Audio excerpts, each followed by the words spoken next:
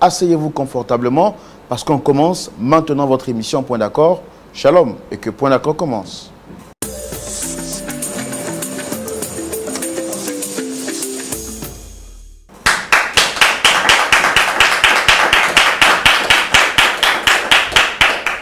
Voilà, j'aime bien quand les applaudissements sont bien nourris de la sorte.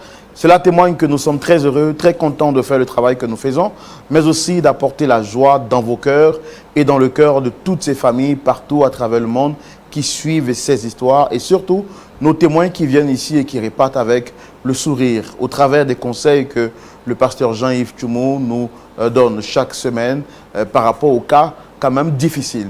Pasteur Tchoumou, shalom. Shalom. Content de vous retrouver. Merci. Vous allez bien, j'espère? Oui, je vais bien. Je suis content également de vous retrouver. Yeah, c'est cela. Oui. En tout cas, on bénit le nom du Seigneur. Oui. Et puis, Dieu nous fait la grâce aujourd'hui d'avoir une visite, une salutation personnalisée, on va dire. Un pasteur qui nous vient du Bénin, spécialement pour poursuivre avec nous l'émission. Pasteur Caliste, c'est bien cela? Shalom, pasteur. Vous allez bien? Super. Tout se passe bien au Bénin? Oui. D'accord. Vous êtes pasteur Caliste, le nom de l'église? Pasteur Vaudounou Caliste. Oui. De l'église évangélique Foursquare du Bénin. Ok. Et je réside précisément à Boïcon, au centre du Bénin. Au centre du Bénin? Oui. D'accord. Oui. C'est pas loin du marché d'Atankpa, c'est ça? C'est comme ça on dit, non? Le grand marché d'Atankpa? Non. Passé. Passé. Oui, c'est loin. Ok, d'accord. Vous voyez qu'on connaît un peu quand même là. Oui. On passera un de ces jours vous saluer. Et puis on profite donc pour saluer tous les frères, toutes les sœurs, partout à travers le monde, que vous soyez du Bénin, du Congo, du Cameroun. Maintenant, je n'aime plus citer les noms des pays parce qu'on m'a tagué d'oublier certains pays. Donc je préfère ne pas. Mais en tout cas, peu importe l'endroit là où vous suivez l'émission, sachez qu'on vous aime énormément, que Dieu vous bénisse. Mettez surtout en commentaire pour vous qui suivez l'émission sur les réseaux sociaux, le pays depuis lequel vous suivez l'émission, et un témoignage, comment est-ce que l'émission vous fait du bien. Pasteur Tchoumou, avant qu'on ne reçoive nos premiers visiteurs, cette émission, faire du bien à des personnes partout à travers le monde, et l'émission Point d'accord, singulièrement, pour ne pas parler de LMTV dans son entièreté, a besoin d'être soutenue, n'est-ce pas, pasteur? Bien sûr que oui. L'émission, la chaîne elle-même, en fait, il faut que la chaîne de télévision existe pour qu'il y ait des émissions, oui. Pour qu'il y ait Point d'accord. Je voudrais ici dire que la télévision LMTV est une chaîne de télévision chrétienne. Elle ne fait pas de publicité, elle n'est pas subventionnée. Et donc, la chaîne a des défis et souvent, ce n'est pas facile. Et nous sommes dans la période d'appel de fonds. Ici, je voudrais lancer un appel à tous nos frères, à tous nos sœurs, à tous ceux qui suivent la chaîne, qui aiment Point d'accord, qui aiment LMTV, de venir soutenir LMTV financièrement. LMTV a besoin d'argent pour pouvoir continuer l'œuvre d'évangélisation, de restauration, des familles, des vies et tout ça. Nous sommes là, nous sommes prêts à vous servir. Nous avons besoin d'un coup de pouce. Alors, pour ce faire, nous avons besoin que vous puissiez soutenir LMTV financièrement. Roland, voilà ce que je peux dire pour ce qui concerne notre chaîne de télévision. En tout cas, nous sommes là, nous sommes prêts à servir le Seigneur. Qui dit servir le Seigneur, dit aussi servir les hommes. Nous sommes prêts à vous servir. Cependant, nous n'avons pas tous les mêmes possibilités. Les doigts de la main n'ont pas la même longueur. Nous sommes là pour servir, en train de faire le travail. Nous avons besoin de votre main d'association. Partout à travers le monde, où que vous soyez, que ce soit en Afrique, en Europe, faites parler votre cœur et soutenez la télévision pour que l'œuvre de Dieu continue à avancer. En tout cas, nous croyons que l'émission ne s'arrêtera jamais parce que vous êtes les partenaires de la télévision et grâce à Dieu, au travers de vous, LMTV avancera et Point d'accord, on sera toujours d'accord. Parce qu'à Point d'accord, on est toujours d'accord. On est toujours d'accord. Voilà, on est toujours d'accord à Point d'accord. Pasteur, avec votre permission, nous allons recevoir notre premier visiteur. C'est un frère qui vient partager son histoire avec nous. Est-ce qu'on peut le recevoir? Bien sûr. D'accord. On le reçoit. On le reçoit.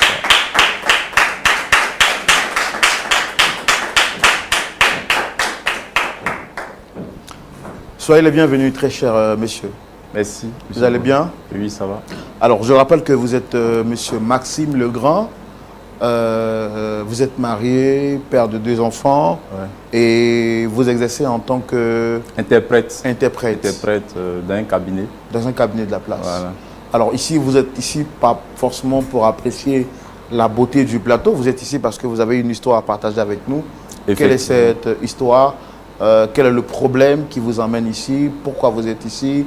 Avant que vous ne répondiez à la question, je voudrais vous demander comment est-ce que vous avez eu écho de l'émission Point d'accord? Je suis LMTV et très souvent, c'est l'une des émissions sur laquelle je m'attarde beaucoup. Voilà. Donc, je suis là aussi parce que c'est une opportunité pour voir laver le linge sale, voilà, comme on dit. Étant donné que je suis chrétien, bah, c'est un canal pour moi qui est indiqué pour pouvoir régler les situations les plus compliquées. Donc c'est ça un peu. D'accord. Monsieur Maxime, avant de venir ici, est-ce que vous avez pris le soin de trouver d'autres voies de recours justement pour trouver une solution à votre problème? Oui, naturellement, quand on a un problème, c'est notre cercle rapproché. C'est à notre cercle rapproché qu'on s'adresse. Voilà, donc je l'ai fait, mais je n'ai pas eu la solution. Effectivement, j'ai touché les parents, les amis, l'église, tout ça. C'était vraiment compliqué. Tout à l'heure, vous allez comprendre pourquoi. D'accord. Et on peut savoir quelle est la personne que vous souhaitez rencontrer ici? Ma femme. C'est avec elle que vous avez des problèmes? Ouais. D'accord. Et ça dure combien de temps? Bon, ça fait 6 mois que la crise est devenue insupportable. La crise s'est accentuée depuis 6 mois? Depuis 6 mois. Ok, nous on va savoir qu'est-ce qu'il y a exactement entre votre épouse et vous. On va le connaître, on va le savoir dans la rubrique Le Grand Déballage et c'est maintenant. Alors, monsieur Maxime Legrand, vous me dites que depuis 6 mois, vous avez un problème qui s'est accentué entre vous et votre épouse, votre très chère épouse. Oui. Qu'y a-t-il exactement? Bon, il y a 10 ans de cela, j'étais garçon d'honneur pour le mariage d'un ami alors que j'étais... Déjà, avant qu'on continue, je voudrais vous dire ne pas vous sentir timoré. Hein, vous êtes chez vous ici. Donc, sentez-vous à l'aise de vous exprimer comme vous avez envie de le faire. Il y a pas de parce souci. que c'est votre maison. Voilà, quoi qu'il arrive, j'ai oublié peut-être de le faire. Hein, je suis Roland, puisque vous connaissez l'émission. Le pasteur Jean-Yves Tchoumou est juste à côté pour vous écouter et vous donner des conseils. Donc, sentez-vous à l'aise. D'accord. Vous êtes chez vous à la maison. OK? Allez-y. Donc, il y a 10 ans de cela, j'ai rencontré une belle demoiselle alors qu'elle était garçon d'honneur d'un mariage. On était allé dans son salon de coiffure pour faire les pédicures et tout. Et donc, on a échangé les contacts et on a commencé à marcher ensemble. Bon, quelques années après, nous nous sommes mariés, même s'il y a eu quelques difficultés qui ont pu être réglées au fil du temps. Ces difficultés étaient dues à mes parents qui ne voulaient pas que je l'épouse. Pourquoi? Parce que je suis interprète bilingue, surtout je suis spécialisé en anglais, traduction anglais-française. Voilà, et j'ai un master dans la discipline, alors que celle que j'ai épousée a un niveau CM2. Du coup, le gap qu'il y a entre nos deux niveaux scolaires, pour moi, le niveau universitaire... C'était vraiment considérable. Voilà, était considérable. Du coup, mes parents ont pressenti qu'il aurait des difficultés. Voilà, donc je devais prendre quelqu'un de mon niveau d'études. Et donc, j'ai insisté pour qu'on se marie parce que pour moi, bon, l'amour, ça n'a rien à voir. Dans l'amour, on s'en fout des diplômes et tout. Et ça allait bien, tout ça. On a Donc, malgré le refus des parents, vous avez insisté? Non, mais les parents, après, ils sont revenus à de bons sentiments. Ok. Voilà. Et on s'est mariés. En tout cas, c'était convivial. Très bonne épouse. Tout marchait bien. On a eu notre premier enfant. Ensuite, notre second enfant. Et quand les enfants ont commencé à grandir, en tout cas, vraiment, j'ai aimé le rythme de fonctionnement de ma famille et tout. Et là où les choses ont commencé à se gâter, c'est que, en fait, la famille de ma femme est très modeste. Du coup, c'est moi souvent qui fais des gestes. Bon, pas souvent. C'est moi qui m'occupe vraiment quasiment de tout ce que la famille, de tous les besoins de la famille. Je ne vais pas trop rentrer dans certains détails, mais... C'est important pour nous de le savoir, si on doit vous aider à trouver. Est-ce que vous estimez que... Bon, c'est moi qui paye le loyer de la famille, de ma femme.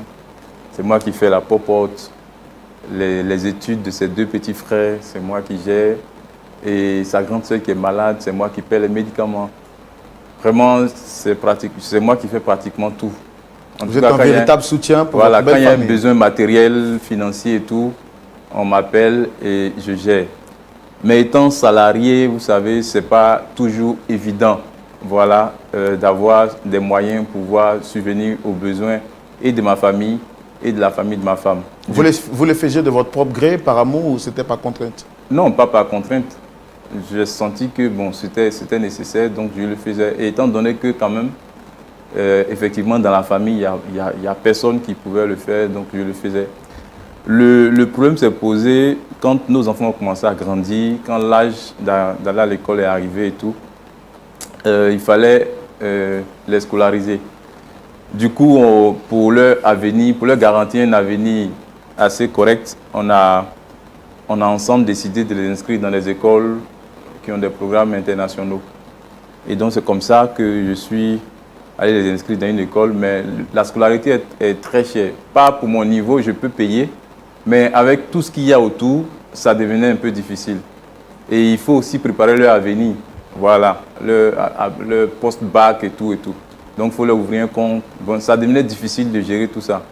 Donc, j'ai fait asseoir ma femme un jour pour lui expliquer que c'était un peu compliqué et que les dons qu'on faisait à sa famille devaient diminuer pour qu'on puisse vraiment voir clair. Que vous puissiez vous concentrer sur vous, votre famille. Sur notre famille, voir clair dans nos dépenses et orienter nos besoins, nos dépenses sur exclusivement la croissance de notre enfant et de nos enfants, pardon, et nous-mêmes. C'est là que tout est gâté en fait. C'est là que tout est gâté. Et elle m'a menacé de me quitter une fois. Bon, les gens sont venus, ils ont parlé, ça s'est calmé un peu. Et un jour, il y a eu une situation, je ne me rappelle plus trop clairement de la situation, et elle a décidé de partir. Mais avant de partir, j'étais diacre dans mon église. Elle est allée là-bas, m'accuser d'infidélité et tout. Donc le pasteur m'a mis d'abord sous discipline, après il m'a démis de ma fonction de diacre. Elle est allée dans mon travail, rencontrer mon patron pour lui dire que j'étais un peu indigne, qui était irresponsable, qui découchait, qui faisait des choses. Et la conséquence de ça, c'est que j'étais promu pour être le nouveau directeur du cabinet qui avait ouvert dans un pays de l'Afrique de l'Ouest.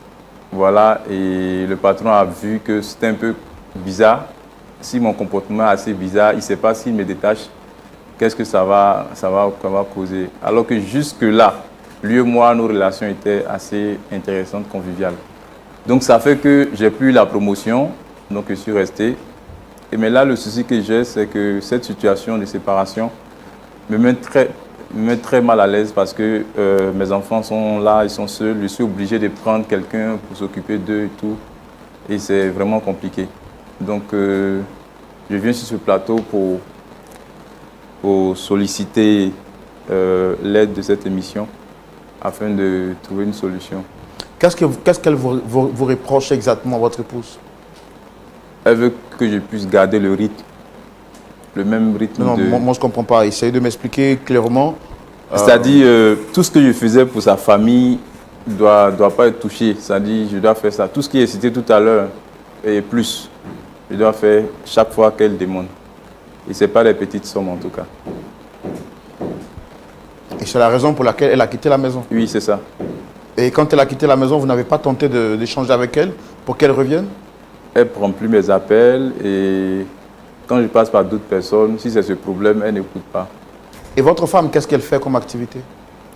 Elle était coiffeuse et quand les enfants ont commencé à grandir, bon, on a parlé ensemble pour qu'elle puisse venir à la maison ou rester à la maison parce que son travail lui prend beaucoup de temps. Et comme vous savez, on est à Abidjan. Essayez de parler plus fort, j'ai du mal à vous entendre. J'ai dit qu'elle était coiffeuse. Et quand les enfants ont commencé à grandir, on a parlé ensemble à cause du temps qu'elle n'avait pratiquement pas. Quand elle rentrait, elle était fatiguée et tout, pour qu'elle reste à la maison pour pouvoir s'occuper des enfants. Donc, elle est femme au foyer. Sur votre demande, bien sûr. Non, c'est une demande consentante. Mais puisqu'elle est femme au foyer, qu'elle ne fait rien, vous avez souhaité ensemble qu'elle reste à la maison pour s'occuper des enfants, n'est-ce pas? Ouais, c'était pas une obligation. On a échangé et on a vu que c'est ce qui était plus judicieux.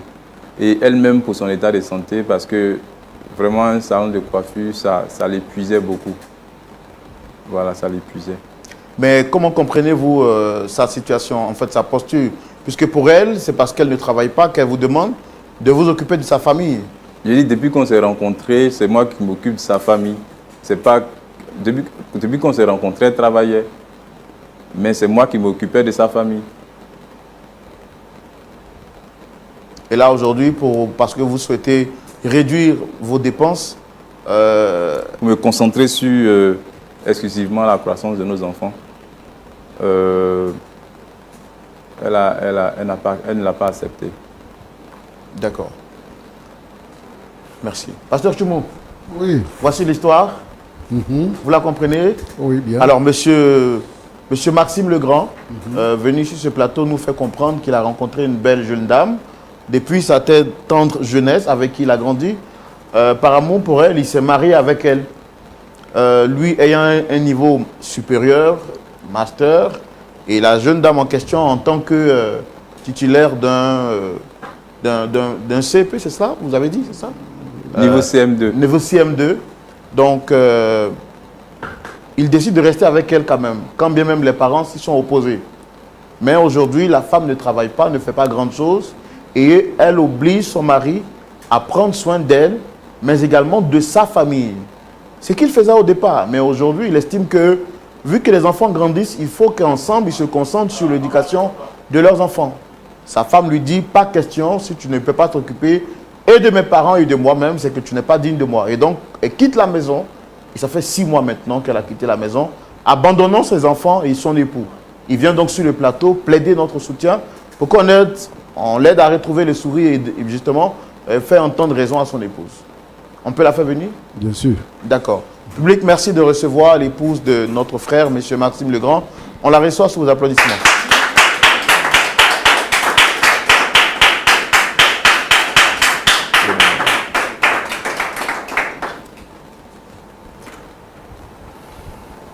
Soyez les bienvenus, madame. Merci. Shalom, vous allez bien? Oui, ça va. D'accord. Si je ne me trompe, vous êtes dame... Judith. Dame Judith. D'accord. En tout cas, merci de répondre à notre appel, notre invitation. Je suis Roland Sombo, présentateur de l'émission. Juste à côté, vous avez le pasteur Jean-Yves Tchoumou. Et avec nous sur le plateau, M. Maxime Legrand. Je demande tous les jours, hein, toutes les fois, quand les gens viennent sur le plateau, est-ce que les personnes qui les ont invités, est-ce que vous les reconnaissez, oui ou pas? Oui ou pas? Est-ce que vous reconnaissez M. Maxime Legrand sur le plateau? Bien évidemment, c'est mon époux. Votre époux? Oui. Ça fait combien de temps que vous êtes mariés? 10 ans. Et tout va bien entre vous? Oh, bien sûr. Tout va bien. Comment ça, tout va bien? Je ne comprends pas pourquoi il est ici aujourd'hui. Ce matin, quand il partait, il m'a dit qu'il partait au travail. Je ne sais pas pourquoi il est ici. Mais c'est faux, c'est qu'elle dit. Mais comment ça, tout va bien? Chérie, tu ne vas Ça pas fait faire 6 mois, ça. ça fait 6 mois que tu as quitté le foyer. Ça fait 6 mois. On ne va pas transporter nos problèmes sur... Si, on va les transporter ici parce qu'ils sont devenus très graves et insupportables. Chérie, arrête ça. Arrête. Ça veut dire quoi ça? Ça fait 6 mois qu'elle n'est pas à la maison. Tout ne va pas bien. Tout ne va pas bien. Mais, dis-moi, si tout ne va pas bien, c'est parce que tu ne veux pas que tout aille bien. Sinon, je trouve que tout va bien. C'est moi que tu accuses de cette situation? Je ne t'accuse pas. Je ne t'accuse pas. Mais qu'est-ce que tu me reproches? À toi de voir. Bon, Monsieur Roland, il n'y a rien qui va. Franchement, il n'y a rien qui va. Ce qu'elle dit, je ne sais pas pourquoi elle fait ça, mais vraiment, on est dans des problèmes. D'accord. Qu'est-ce que vous lui reprochez, vu qu'elle est là? Qu'est-ce que vous lui reprochez exactement, monsieur? J'ai dit qu'elle revienne à la maison, on va éduquer nos enfants, on va les voir grandir. Et pourquoi est-ce qu'elle est partie de la maison? Pour cette histoire de famille, je lui ai 1000 fois dit que je n'ai pas dit je ne m'occupe pas de sa famille, mais on doit réduire les dépenses de ce côté. C'est tout ce que je lui ai dit. Qu'est-ce que tu appelles dépenses à réduire? Bon, tu vois. Chérie, arrête ça, ok? Tu connais mon point de vue. Je suis prête à retourner à la maison aujourd'hui même, à la sortie d'ici. Oui, mais à condition que moi je m'occupe de ton village. Je n'ai pas dit mon village. Tu n'as pas dit, mais ce qui se passe, qu'est-ce qui se passe? Quand une de tes tantes, dont toi-même tu n'imagines pas, tu ne te souviens pas des liens familiaux qui vous lient. C'est pas sérieux, ma tante, je ne connais pas les liens familiaux, toi aussi. Mais quand je te demande laquelle de tes tantes, tu as dit quoi? Pour dire que non, il y a des obsèques dans leur village et tout, que moi je dois m'occuper des bâches et tout, ils ont dispatché les besoins. Ça fait combien? 2 millions. Et tu as donné combien? Et tu as donné combien? Tu as donné combien? Arrête ça, chérie. Nous sommes devant les gens, hein? Arrêtons ça. Alors, madame, c'est vrai qu'on a écouté la version de votre époux. Il serait bien également de connaître votre version des faits. Tout à l'heure, vous avez dit que tout allait bien avec un grand sourire, mais on se rend compte qu'effectivement, le torchon brûle entre vous. Qu'est-ce qu'il y a exactement? Ok. Comme il veut qu'on explique tout, on va tout déballer. Sinon, tout va bien. J'ai rencontré mon mari, j'étais coiffeuse, toute jeune. On s'est mariés. Tout allait bien, je dis bien, tout allait bien. Il s'occupait très bien de moi. Il s'occupait aussi bien de ma famille. Ces derniers temps, je ne sais pas pourquoi mon mari a changé. Je ne sais pas ce qu'il a entendu ou ce qui se passe, mais il a changé. Il y a de cela quelques temps, j'ai mon oncle qui a pris lui sa dot. Quand il est venu faire la dot chez nous, mon oncle qui a pris la dot, sa femme est décédée. Donc, comme d'habitude, mes parents me sollicitent. Je ne travaille pas. Du coup, je sollicite mon mari, ce qui est normal. C'est même pas beaucoup. Je crois 3 millions, 5 ou 3 millions, non, un truc comme ça. Et ça, c'est pas beaucoup. Arrête ça. Et mon mari me dit qu'il n'a pas l'argent. Ce qui m'étonne. Je me tais, je me calme. 2 jours après, il me tend 1,5 million. Sur 3,5 millions demandés, il me tend 1,5 million. Et pour vous, 1,5 million, c'était pas suffisant? Non. Pour 3,5 millions, s'il me donne 1,5 million, il n'a rien fait. Je me calme. Comme ça, ça suffit jamais. Chérie, tu me laisses parler, s'il te plaît, merci. Je me calme. Je prends les 1,5 million, je présente à mes parents. Avec la honte. Je vous dis que j'avais très honte. Parce que depuis que je connais mon mari, c'est la première fois qu'il me met dans une telle situation. J'explique la situation. J'essaie de couvrir un peu les choses et je donne l'argent. On se débrouille, on fait les funérailles. Tout va bien. Quelque temps après, ma cousine, la fille à la tante de ma tante. Bon, disons, quand je dis tante de ma tante, c'est un peu cousine. Vous voyez? Choses comme ça, donc, ça fait cousine, elle a du mal à expliquer. Dans la famille. Bon, tout ça, c'est la famille. Hein. Oh, mais chérie, tu me laisses parler. Et donc, ma cousine pique une crise. Elle pique une grande crise et elle est hospitalisée. On lui demande de faire l'opération. Ça fait... C'était combien là, chérie? 2 millions. Ah, 2 millions, justement, 2 millions. Il a encore les chiffres. 2 millions. Donc, comme d'habitude, mes parents me sollicitent. Naturellement, je sollicite mon mari. Cette fois-ci, il ne me dit pas qu'il n'a pas d'argent. Hein? Il me sort une phrase. Chérie, tu sais, je ne vais plus continuer à m'occuper de tes parents. Ça suffit là. Je tombe des nues. Parce que depuis que je connais mon mari, depuis 10 ans, on a toujours fonctionné comme ça. Quand même pour 2 millions, c'est rien. Habituellement, il peut donner jusqu'à 10 millions. Hein. Des fois même là, je ne le sollicite pas. Lui-même, il le fait. Donc pour 2 millions, ce sont des miettes, c'est rien ça.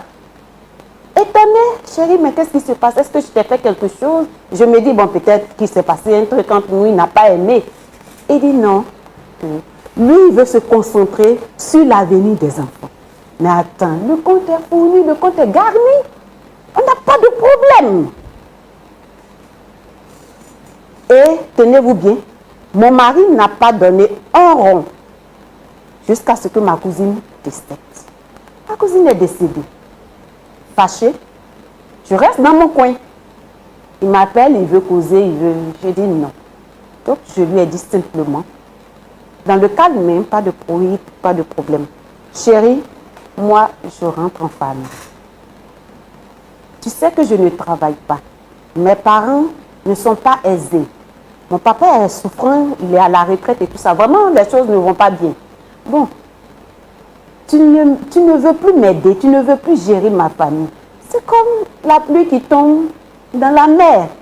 Ça n'a pas de sens. Monsieur Ça n'aboutit à rien. Quand elle prend donc moi, je rentre. Chérie, tu me laisses parler, s'il te plaît, merci. Il faut finir parce que donc, tu dis je des rentre choses en qui sont pas vraies. famille. J'attends mon mari. Quand il sera prêt à s'occuper de mes parents, il va venir me chercher. Quand elle prend cette décision, de partir parce que je ne m'occupe pas, je lui dis quoi? Je lui dis non, ce n'est pas ta famille mon problème. Ce n'est pas ta famille ou bien ce que je fais pour ta famille, payer le loyer, les charges familiales. Ce n'est pas ça mon problème. Mais quand tous les membres de ton village sont aptes à m'appeler, ils ont mon numéro, ils m'appellent pour tous les besoins. Si quelqu'un a un problème particulier ici, il m'appelle et ça devient trop. Ce ne sont pas tous les membres du village. Quand même, ce sont pas tous les villageois. Ce sont mes parents. Elle parle du compte qui est garni. Quel compte est garni? Quel compte est garni? Mais tu m'as dit que ton compte est garni, chérie. Et qu'on pouvait vivre jusqu'à... On suppose, elle dit qu'il y a plus de 10 millions dans le compte. Ok. Elle a énuméré combien de problèmes tout à l'heure? Ça fait 5 millions. Et ce genre de problème-là, c'est chaque fois. C'est chaque fois. Au moins, au cours du mois, comme ça, elle peut venir avec le problème de 500 000, 600 000. Et ce n'est pas pour nous, hein, ce n'est pas pour sa famille rapprochée là. C'est pour le village en fait. C'est pas pour le village, c'est pour n'importe qui dans le village. Et c'est comme ça qu'on vit depuis 10 ans. C'est compliqué. C'est un village constitué de cousins et de cousines. Et puis, il ne faut pas qu'elle dise que ça ne pose pas de problème. Ça me posait des problèmes. On s'est assis, on en a parlé. Mais elle n'a jamais voulu entendre raison. Je ne trouve J'ai dit, on peut continuer comme ça. On peut continuer comme ça, franchement. En tout cas, moi, je ne vois pas le problème. Je ne sais pas pourquoi tu te plains. Parce que... Oui, tu ne vois pas le problème parce que ce n'est pas toi qui fais les dépenses. C'est normal. Mais quelle bonne dépense! Madame, qu'est-ce que vous faites dans la vie? J'étais coiffeuse. Et actuellement, qu'est-ce que vous faites? Je suis à la maison, je m'occupe des enfants. Et de mon mari, bien sûr. Quelles sont les charges que vous prenez à la maison? Ah, les charges que je prends à la maison. Je me réveille très tôt le matin, aux alentours de 4h30, 5h. Je fais le ménage. Je fais le petit déjeuner pour les enfants et pour mon mari qui doit partir au travail. Très souvent, même, je fais la cuisine pour qu'il parte au travail avec parce qu'il n'a pas le temps de descendre. D'après lui, comme je ne suis pas au travail avec lui, il n'a pas le temps de descendre pour manger. Et je fais son plat à la maison qu'il emporte. Je dois m'occuper des enfants, les laver, les apprêter et je les accompagne à l'école. Je reviens, je fais leur nourriture de midi. Quand ils viennent, ils doivent manger, je dois les apprêter, ils vont se reposer, se laver et repartir à l'école. Je m'occupe du reste jusqu'à ce qu'ils reviennent, c'est-à-dire faire la cuisine et autres. Mais ce n'est pas une charge, ça. Aussi. Alors, est-ce que au moins... Et tenez-vous bien, j'allais oublier. Le soir, quand il vient, je m'occupe de lui. Et la nuit, je m'occupe aussi de lui. Jusqu'au matin. Ça encore, c'est une charge. Oui, en fait, vous avez l'air de plaisanter, mais votre mari est en train... Je ne plaisante pas, mais votre mari est en train de mettre en évidence les difficultés que votre famille connaisse, que votre famille est en train de traverser. Est-ce que vous avez conscience au moins que ce n'est pas facile pour lui, vu qu'il est le seul à tenir les charges financières de la maison? En fait, il faut recalibrer la définition de famille dans sa tête. Quand il dit les difficultés que votre famille connaît, c'est de quelle famille elle? Parce qu'elle a une définition de famille qui est une région en fait. Je parle de la famille restreinte, voilà. monsieur, je parle madame, de notre famille, nous, toi, moi, nos enfants. Voilà. Moi, pour moi, ma famille, mon mari, mes enfants, mes parents et moi. Ça, c'est ma famille. Non, ça, c'est un clan. Si tu ne tiens pas compte de ma famille, mes parents, alors je ne sais pas ce que je fais avec toi. Bon, les deux enfants que tu as fait, qui s'occupe d'eux? Qui s'occupe? C'est la question. Qui s'occupe d'eux? Est-ce que tu peux accepter? Ça fait des années on te parle, mais c'est toi s'occuper des deux enfants qu'on a fait. Comment ils vont grandir? Comment ils vont vivre? Ma famille, je ne sais pas ce que je fais avec toi. D'ailleurs, j'en ai fini. Est-ce que l'avenir de vos enfants vous intéresse? Bien sûr. Non. Non, ça ne l'intéresse pas. Ça fait 6 mois que ça ne l'intéresse pas. Comment ils vont à l'école? Ça fait 6 mois, je n'appelle pas tous les jours. Tu appelles qui? Ah, mais c'est pas toi que j'appelle. Tu si tu as une nounou qui s'occupe des enfants, demande-lui si je ne l'appelle pas. Est-ce que tu n'es pas gêné? Moi, je ne me sens pas gênée. Quand j'étais à la maison, tu ne pouvais pas prendre une nounou. D'ailleurs, d'où est venue l'histoire de rester à la maison pour m'occuper des enfants? Tu n'acceptais pas de prendre une nounou. Tu dis que tu ne veux pas manger la nourriture d'une nounou. C'est toi qui as dit mon mari ne doit pas manger dans les mains d'une autre femme. Parce que tu as dit, chaque fois que j'ai fait venir une fille, tu as trouvé que cette fille-là, elle est... Bon, d'ailleurs, c'est pas là le sujet. Je veux que mon mari mange ma nourriture. D'accord. Mais quand même, tu n'étais pas prêt à payer une nounou parce que tu trouvais toujours de quoi à dire sur les nounous. Mais depuis que je suis partie, il y a une nounou à la maison. Tu manges sa nourriture. Elle n'est pas sale. Mais si tu arrives à payer une nounou, c'est que tu peux t'occuper de ma famille. Mais je ne sais pas pourquoi tu refuses de prendre ma famille en charge. Vous êtes 8 enfants. Vous pouvez largement vous occuper de vos parents. Bon, il y a plein de choses que vous pouvez faire. Moi, je fais le maximum. Je fais le maximum. Je fais partie et moi, je m'occupe de ma famille, de mes parents. Donc, l'argent viendra de toi pour que je m'occupe de mes parents. Mais j'ai pas de problème avec ça. Mais il ne faut pas élargir. Il ne faut pas élargir. C'est ça. Mais qu'est-ce que tu appelles parent pour toi? D'accord. Qu'est-ce que tu appelles parent? Okay, tu es déjà allé dans mon village. Est-ce qu'un membre de mon village t'a déjà appelé? Ils t'ont déjà fait marraine d'une cérémonie là-bas? D'accord, je comprends bien. Merci beaucoup. Merci beaucoup. En tout cas, j'ai pris plaisir à vous écouter. C'est pas facile de vous écouter, hein, parce que bon, chacun défend sa position. Mais bon, le pasteur Tchoumou va nous trancher à la lumière de la parole de Dieu. Et ça sera dans la rubrique à la loupe de la parole. Pasteur Tchoumou. Oui, mon frère Roland. Alors, nous voici encore. J'aime bien quand vous m'appelez le frère Roland. Ça me plaît bien là. D'accord. Voici notre histoire, pasteur. Ouais. Madame dit que son mari a obligation de s'occuper d'elle, mais également de ses parents. Elle va même plus loin pour dire que sa famille, tout son village, c'est sa famille. Monsieur dit qu'il n'a aucun problème de prendre soin de ses parents, mais à un certain moment donné, il se sent essoufflé parce qu'il est seul à tout faire. Il voudrait maintenant se concentrer sur l'avenir de leurs enfants parce que nul ne sait de quoi sera fait demain. Madame lui dit, tant que tu ne peux pas t'occuper à la fois des enfants, de moi et de mes parents, tu n'es pas digne d'être mon époux. Et donc elle a quitté la maison depuis 6 mois. Quel est votre point de vue sur la question? Merci Roland. Ma fille, pardon, dis-moi ton nom, ton prénom. Judith. Judith. Ça va? Oui, ça va. J'aime bien ton style. Merci. D'accord. En tout cas, je vous ai écouté parler. Quand tu étais coiffeuse, là, quelles étaient tes économies par mois? En tout cas, je gagnais ce qu'il fallait pour gérer ce que je pouvais gérer. Tu pouvais économiser au moins 500 000 francs par mois? Non. Ton papa avant mais j'avais le minimum pour gérer ce qu'il fallait gérer. Ton papa, avant de tomber malade, il faisait quel travail? Mon papa était instituteur. D'accord. Il n'a pas de pension? Mais sa pension ne peut rien faire. La pension d'un instituteur, c'est combien? C'est rien. Ton mari, il gagne combien par mois?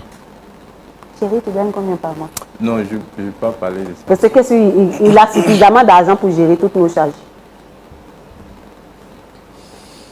Ok. Tu es chrétien? Oui. Tu as 2 enfants? Oui. Qu'est-ce que tu souhaites pour tes enfants?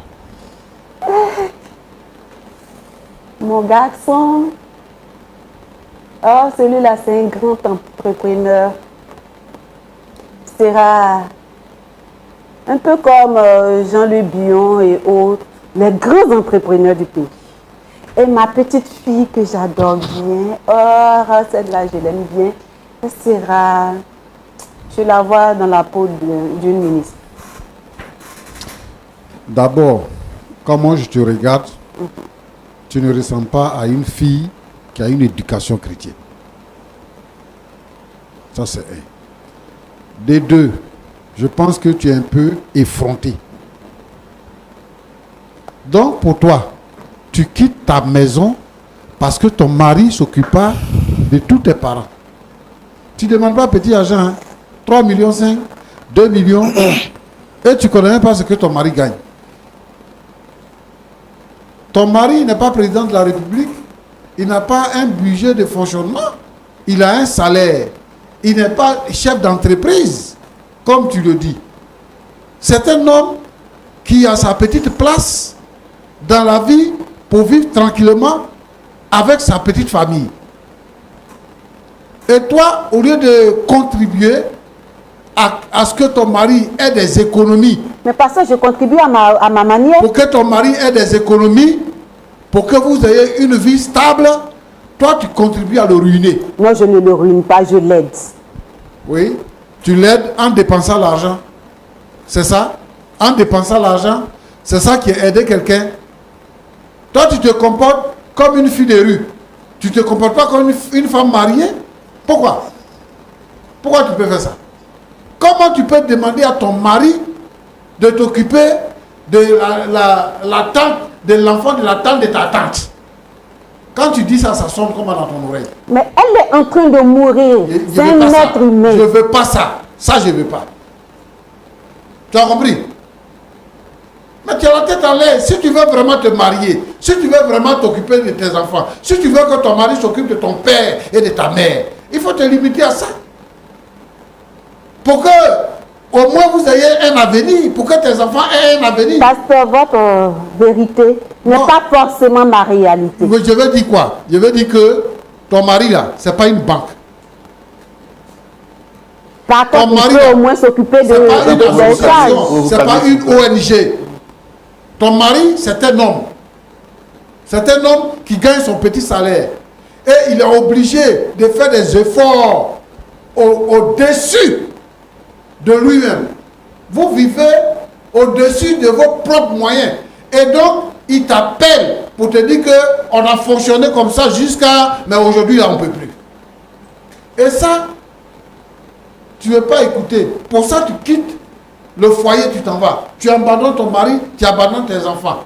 Maintenant que tu as abandonné ton mari et tes enfants, que tu es parti là, qui s'occupe de ton père, de ta mère et de ton village? C'est toujours moi, hein, malgré cette situation.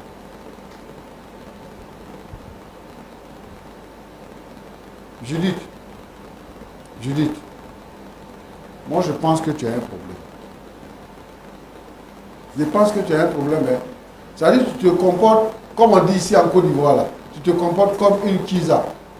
Parce qu'elle n'a rien à perdre. Elle vient, c'est comme ça qu'elle vit. Elle gagne son argent.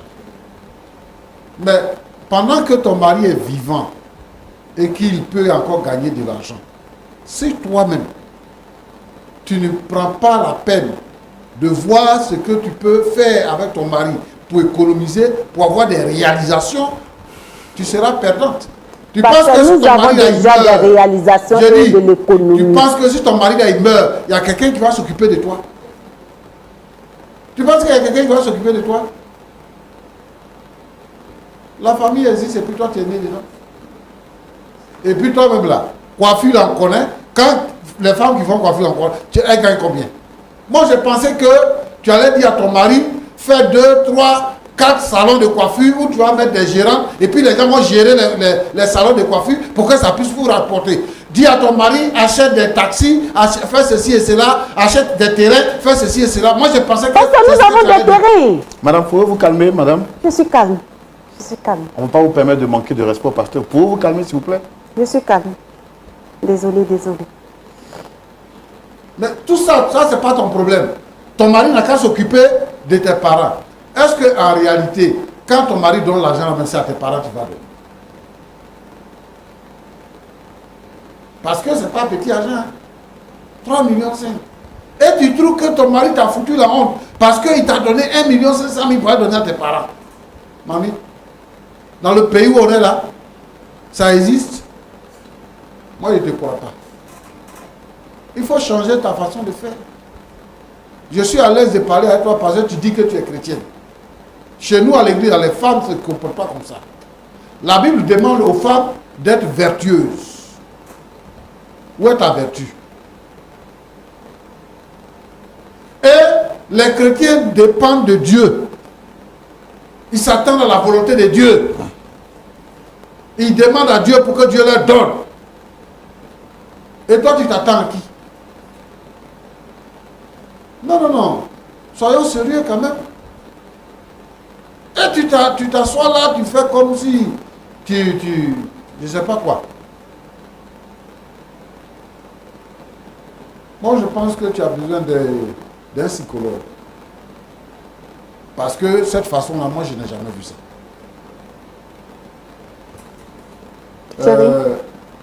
Tu connais. C'est Maxime, non? Tu sais ce que tu as à faire. Maxime.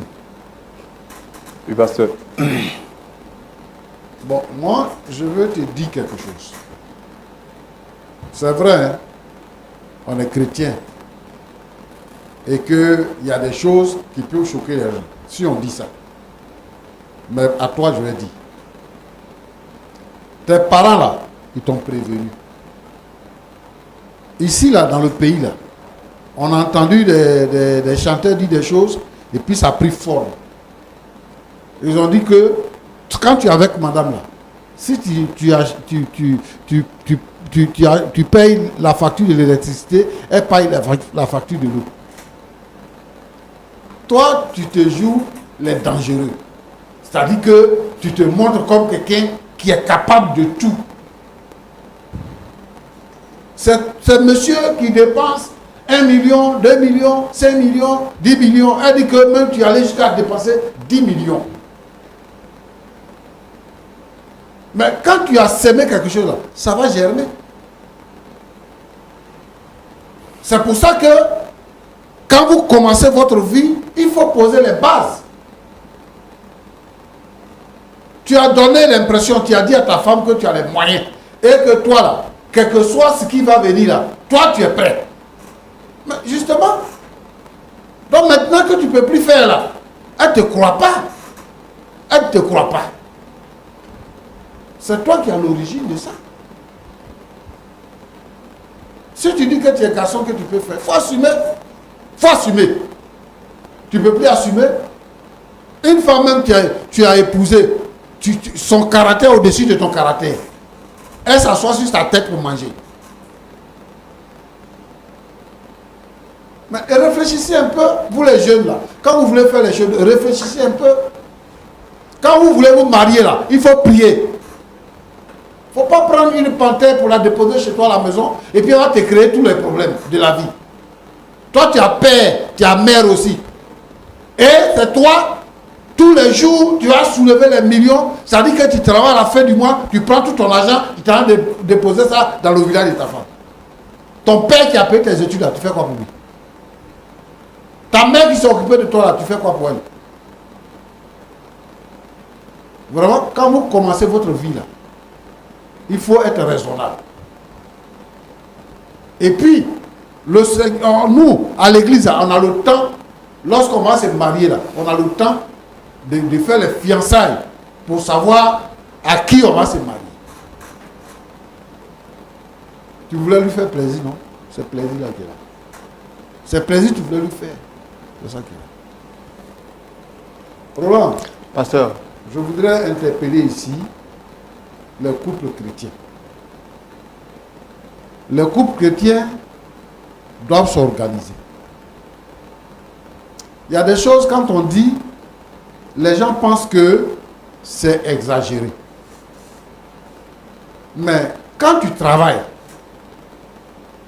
il faut dire à ta femme ce que tu gagnes.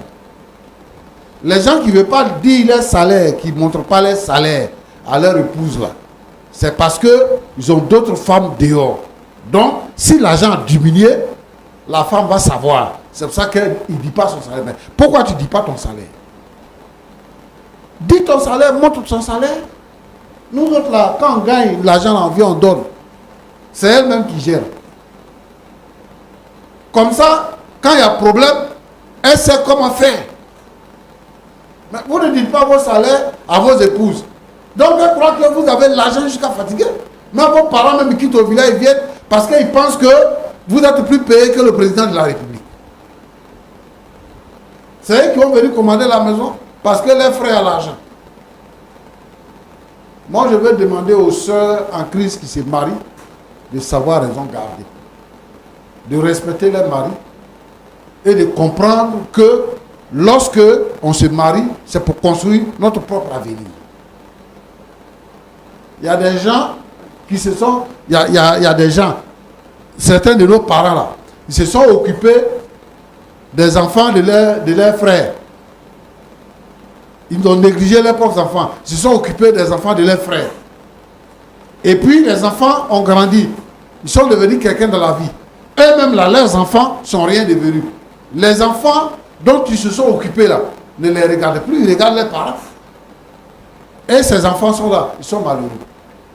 C'est qu'elle est en train de faire là. Si le monsieur arrivé à un certain moment donné, il ne peut plus payer pour les coûts des enfants. Ils ne vont rien devenir dans la vie. Mais l'argent qu'elle demande que son mari dépense, il dépense là. Ce n'est pas une économie. C'est de l'argent jeté. Donc, ça ne peut pas produire. Il faut que les chrétiens mettent dans leur mentalité. Vous voyez les autres là, ils ont l'argent, c'est eux qui construisent des maisons, c'est eux qui construisent. Et puis nous, on va louer les maisons là. C'est parce que eux, ils ont pris ça en considération. Les chrétiens n'ont qu'à mettre dans leur tête qu'ils doivent économiser, ils doivent réaliser pour qu'ils soient maîtres d'eux-mêmes. Au lieu de dépenser l'argent dans funérailles, nous on aime dépenser l'argent dans funérailles. Funérailles là c'est quoi? Quelqu'un il est vivant, tu n'as rien fait pour lui. Il est mort maintenant, c'est là que tu vas dépenser des millions. Faire des mariages grandioses. Et puis après ça, tu n'as pas l'argent pour manger. Je vais demander aux frères et aux sœurs en Christ, aux jeunes couples et aux couples qui traversent des difficultés à cause de l'argent. L'argent ne doit pas nous diviser. Au contraire, on doit s'entendre, on doit essayer de travailler ensemble pour que notre argent puisse produire. Aujourd'hui, là, les gens font les affaires. Ce n'est pas le salaire seulement qu'ils gagnent. Ils ont des terrains, ils construisent, ils ont des voitures, ils font du transport, ils ont des magasins, et tout ça.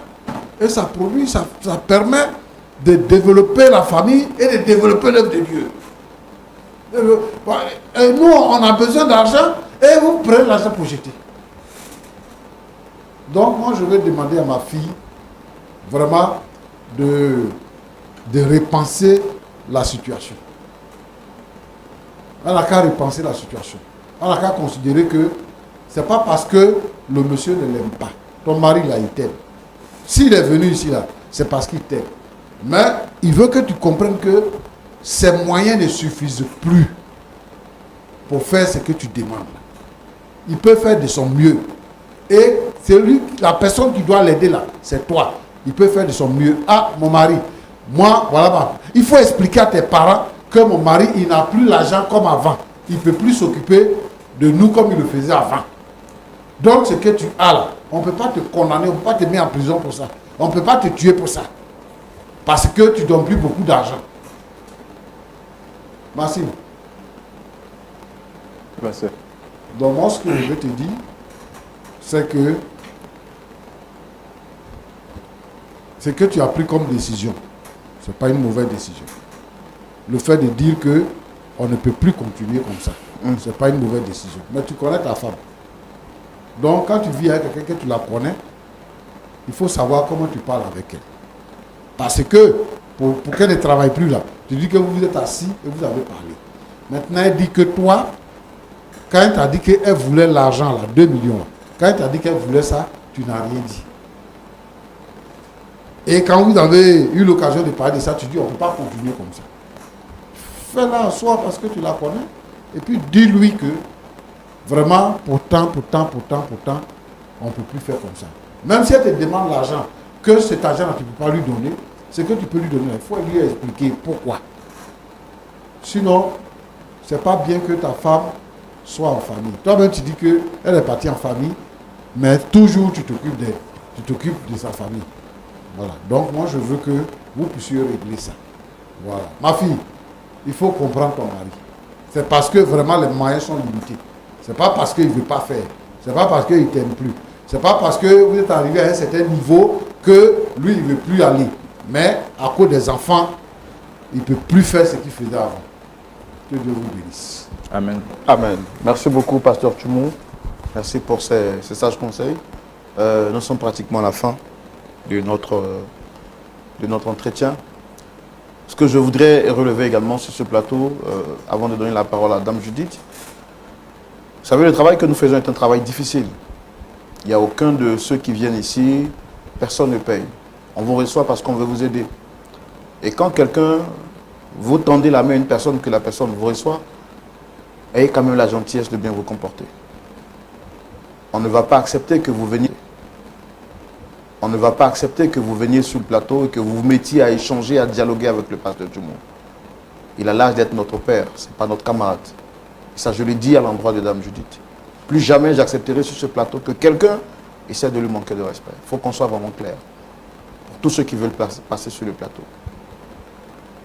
Vous avez un mot à dire avant qu'on ne termine? Oui, je veux parler à ma femme. En 30 secondes, parce que nous sommes pratiquement à la fin. Ouais. Un projet de vie, ça se construit. Et qui parle de construction, parle de financement de la construction. Donc, comme le pasteur a dit, quand on va se retrouver à la maison, on va bien parler de tout, mais qu'elle revienne, c'est tout. Dame Judith, vous avez entendu votre mari parler. Il vous demande de revenir, le pasteur Tchoumou également. Vous demande aussi, avec moi également, nous vous demandons de revenir à la maison pour régler le problème en famille. Quel est votre mot de la fin? Il connaît déjà mon point de vue. S'il est d'accord, il n'y a pas de problème. Oui, votre point de vue, il est connu. Mais c'est pourquoi il est venu sur ce plateau pour négocier avec vous. S'il est d'accord, s'il est d'accord. D'accord à quoi, madame? Ce que j'ai dit là, on ne va pas revenir sur la même chose. S'il est d'accord, on s'en va comme ça même, on va prendre les affaires. Il n'y a pas de problème. Donc pour vous, vous restez sur votre position? Exact. Est-ce que vous aimez vraiment votre mari? Trop même.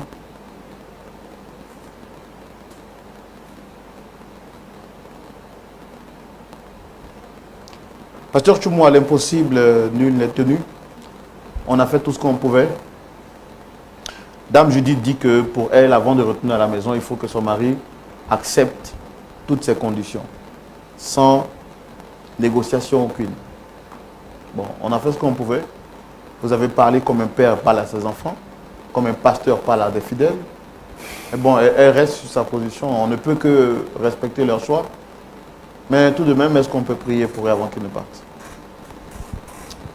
Seigneur notre Dieu, ce qui est impossible aux hommes est possible à Dieu. Je veux te prier pour ce couple en difficulté. C'est toi qui crées en nous le vouloir et le faire. Tu peux changer la mentalité de Dame Judith pour qu'elle puisse retrouver son foyer, son mari et ses enfants. Seigneur notre Dieu, pour tous les couples qui traversent cette situation où on ne peut pas s'entendre sur un point. Seigneur notre Dieu, brise l'esprit méchant. La puissance des ténèbres soit brisée. Et que Seigneur, il y ait une entente dans chaque foyer chrétien. Merci Seigneur au nom de Jésus. Amen. Amen. Amen.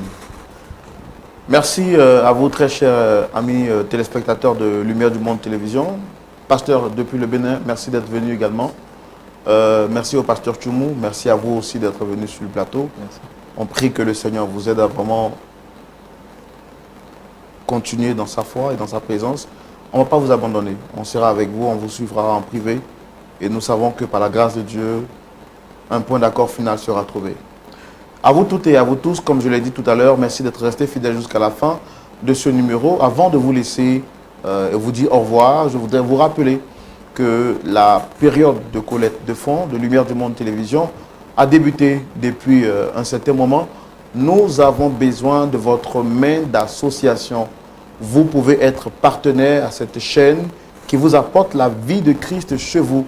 Vous avez donc les numéros qui s'affichent juste au bas de l'écran. Il suffira pour vous seulement de les contacter et puis de faire parler votre cœur en soutenant cette télévision. Nous disons merci à la boutique Impact Veroti qui est partenaire à l'émission Point d'accord et qui me permet d'être vêtu de cette très belle manière comme vous pouvez le voir. Vous aussi, vous pouvez être partenaire à l'émission Point d'accord et encore à la télévision LMTV en apportant votre soutien pour l'évolution de l'œuvre de Dieu. Shalom, on se retrouvera la semaine prochaine. Que Dieu vous garde. Au revoir. Cette émission est une adaptation de faits réels. Toute ressemblance avec les personnages n'est que pure coïncidence.